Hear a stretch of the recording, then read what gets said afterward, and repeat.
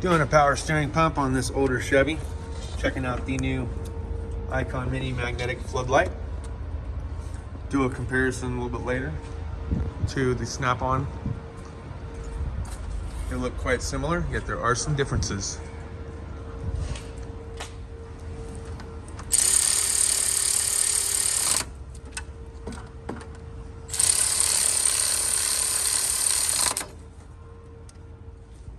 This is a 99 Honda Accord.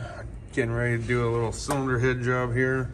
This thing's got a blown head gasket because the radiator hose had a crack or a hole and they tried to tape it up. Of course that didn't work, so now here we are pulling the cylinder head off. Alright, so just to give you guys an idea, this is the Snap-on one magnetic base, charge light indicator, power button for lighting. You can see it's only got one on-off setting. As far as pivoting goes, you can see that this rubber stop prevents it from pivoting forward. You can pivot it up and around.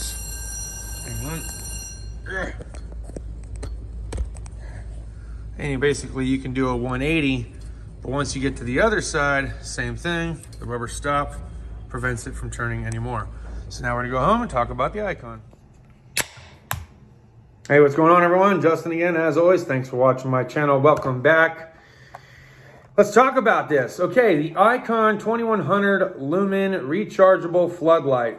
So I did just get done using this today on a handful of cars. I know I was kind of limited on how much I could film because I was just busy, plus everyone was rocking out to music. But look, I did try my best to use it in a few different scenarios.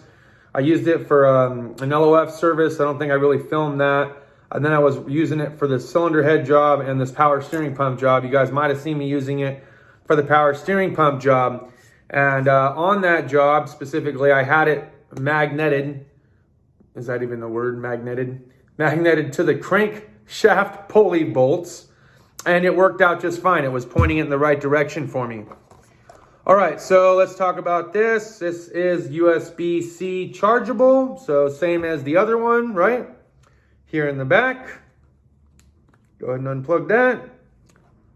USB-C right there above, looks like another USB port as well. But there is an in and an out output, which is cool. All right, there are 3 settings on this. 1, 2, 3. So unlike the Snap-on, which only had on-off, this one has high, medium, low. And on low, so being the first setting, this is the one I pretty much used today, can run for 12 hours. Charge indicators on the back. On the medium setting,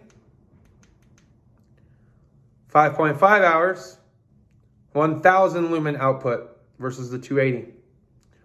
On the high setting, see, 2100 lumens, 2.5 hour runtime. Okay, so let's talk about this in comparison to the other Icon flashlight, which we're also using. What were some of the noticeable differences between Snap-on and the Icon design? One of those is whatever you put the setting on, if you were to leave it that way for a handful of seconds, let's call it 5 seconds, 1, 2, 3, 4. That was probably more like 10 seconds, right? It turns off, and when I turn it back on, I'm still in the lowest setting. Okay, so that's one feature that I didn't enjoy. Whatever setting you were used to using it on, that's the one it's going to be on. It feels like it's a much more rugged design, okay? I'm not going to lie. It felt like it was almost metal, really. Very, very heavy duty. God, I swear that got to be metal. Metal and rubber compound of some kind. You can even see where I kind of got it scuffed or scratched here in the back.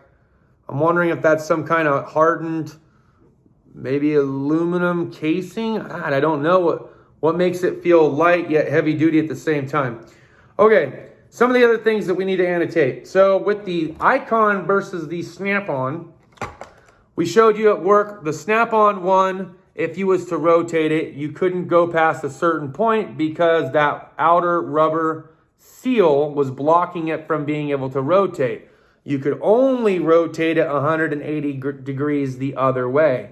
However, with the Icon, you can clearly see you can rotate it 360 all the way around which can be beneficial, especially if you wanted just a little bit of angle down, right, on something, which has helped, okay? Like today, I was removing a fuel pump on this Hyundai, and I'm telling you, that little tiny boop angle right there, perfect. Got right down on the spot that we needed in order to see what the issue was with this hose that just wouldn't come out. It was being frustrating. But at any rate, what are your guys' thoughts and opinions on the Icon mini floodlight? I think as far as it stacks up, there really is no competition. Icon knocks this one out of the ballpark. Same with the other flashlight, in my opinion, just based on the features and benefits of each item. So I'm giving it 2 thumbs up. 2 thumbs up on this one, 2 thumbs up on the lightsaber little flashlight that they had. Both of those, night and day difference between, like I said, what you're paying for from the Snap-on truck and what you're actually getting versus what you actually get at a much more reasonable price. So consider purchasing either one of the Icon flashlights.